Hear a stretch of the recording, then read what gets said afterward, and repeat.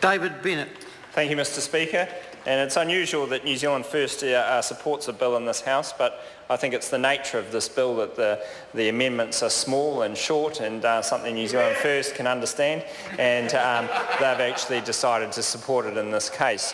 I noticed they did get Dennis O'Rourke out to speak on it, and we have the utmost respect for Dennis O'Rourke.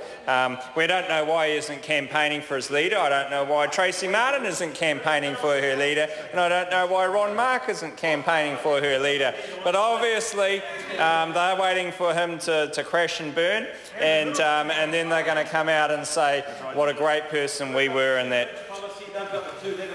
He has got the two letterbox policy, but I won't go into that, because if we did an Official Information Act request on that, as he required, as we're talking about the Official Information Act requirements, I'm sure Mr Dennis O'Rourke wouldn't like to see the results of the Official Information Act request on the two letterbox approach. But he did mention the word consistency. Consistency from the New Zealand First Party, and I'd like to see that in their policy around transport. And today we also mentioned that, you know, when we look at the roads of national significance, that is the biggest issue that there will be in the Northland election. Will the Wellsford to Puhoi Road go ahead? That's what the people up there are going to ask. And I went on the campaigns with Dennis O'Rourke because, believe it or not, Dennis O'Rourke was the transport spokesperson for the New Zealand First Party at the last election, and we had a number of debates that we went to together. And Mr O'Rourke was very careful and very blunt in his assessment of the road's national significance. And he was very, very blunt in saying that there is no way that the Puhoi to Wellsford Road would go ahead under New Zealand First. That is not. That is the truth of the matter. And that member,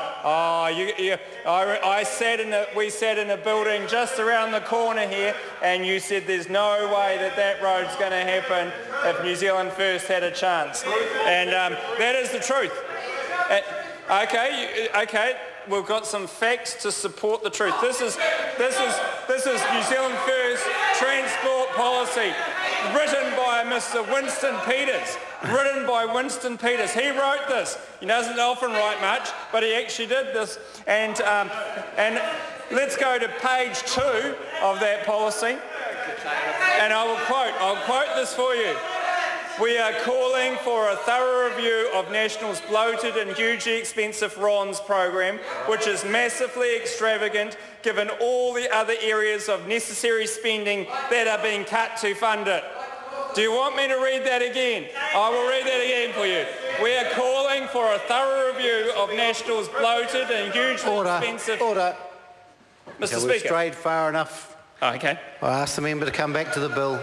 Okay. If we have a look at point 12 in the bill, where we actually look at the Land Transport Act, it's making consequential amendments to the Land Transport Act. And this is very important for the Land Transport Act, because the Land Transport Act dictates what is actually spent. And if we look at New Zealand First policy, they will not spend money on roads national significance. And that is an example. Sit down, thank you. We are going to continue with the debate on the Statutes Amendment Bill and New Zealand First policy in relation to transport, especially in the north, has very little to do with that piece of legislation. I ask the member to continue. Well, the New Zealand First transport policy doesn't exist, really, so that was the whole point, because Dennis said he didn't have one, and he just wanted to set up the trains of national significance. That was what their approach. But there was a train from Wanganui to Wellington, which I'm sure the Speaker would have been proud to have seen happen. But the Land Transport Act 1998 is one of the acts that this bill does incorporate. And well, there's a number of ways. And the first way is it makes a consequential amendment in regard to the, collecting blood specimens for blood alcohol assessments.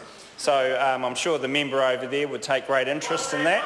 And well, what's it got to do with Northland? Well, the thing is that New Zealand First doesn't have a transport policy, and they don't believe in the road of national significance. So just say you were on that road and you got pulled up for a blood alcohol test. You know, under that, then under the New Zealand First policy, you would get pulled up on a 1-lane road instead of a 4-lane road. That's the difference. There's also changes in there, consequential amendments in regard to the police and their powers around the Summary Proceedings Act and the Search and Surveillance Act. Important things as well, I'm sure. That, pardon, what was that? Get the Prime Minister to put a nail in it. Oh, that's the nail in the coffin of New Zealand First, but we know that's coming very soon. The question is whether that's Tracy or Ron that's going to be putting the nail in Winston's coffin, but we'll soon see. Yeah, I'm sure there will be. Yeah. No, these members need to listen and learn, and they will understand. Another part of the Land Transport Act that is covered in this bill is in regard to the definition of traffic offence, and that's a new section 91A of the Land Transport Amendment Act, covering offences under both the 1977 and 2002 road user charges bills.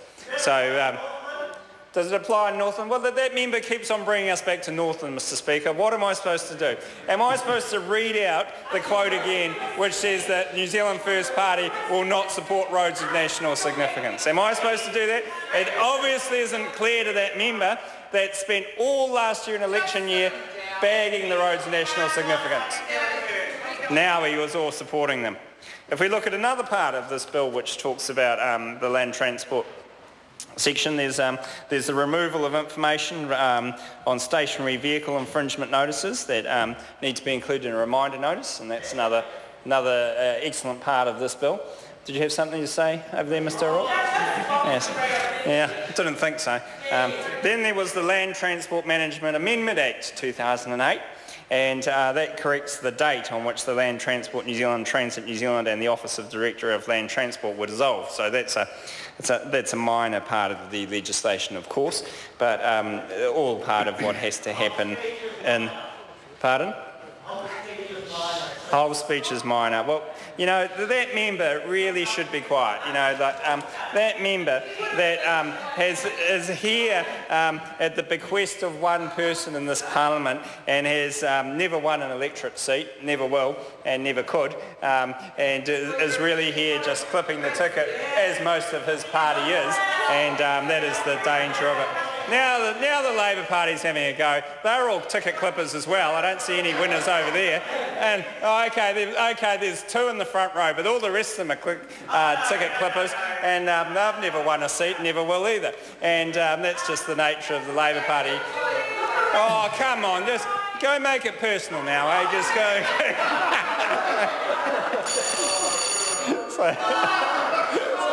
So members, this is an important piece of legislation here. Yeah, they have to resort to that, Mr Speaker. I know it's sad, but that is the nature of the Labor Party at this stage. Order. Order. Thank you. Thank you. Now, I'd really appreciate if the member concentrated in the last 2 minutes of his incredibly long 10 minutes, if he could address the bill. And in spite of interjections from the Cantabrian referring to Northland, which is most unusual, then I would ask the member to make his contribution salient to the bill, the Statutes Amendment Bill. Thank you. Thank you, Mr Speaker. Well, I'm trying to, but it's just the continual barrage from the other side that breaks through the legislation. But let's go to a different category. Local Government Official Information and Meetings Act 1987. The amalgamation, that's the member over there. He loves amalgamation, doesn't he? But he's amalgamating with New Zealand First Party soon and the Green Party, so that'll be interesting to see how that works out, won't it? But that clarifies that information held by a person engaged by a local authority as an independent contractor is deemed to be held by the local authority. Another part of that piece of legislation that is important for us here tonight. And there's clause 50, clarifying that information should be made progressively available, and I think that was the Official Information Act that the member from New Zealand First found a lot of need to discuss in great depth in this House. And yeah, well, can they employ that in Northland? Well, I'd like to see an Official Information Act request on the New Zealand First transport policy in regard to the Puhoi to Wellsford road, and to see that they don't actually support that road, but Oh, the member won't understand. Oh, come on. See, that's the thing with New Zealand First. They just have to go that way. They're just not. I'm sorry to interrupt the member, Oh, so but his time has expired.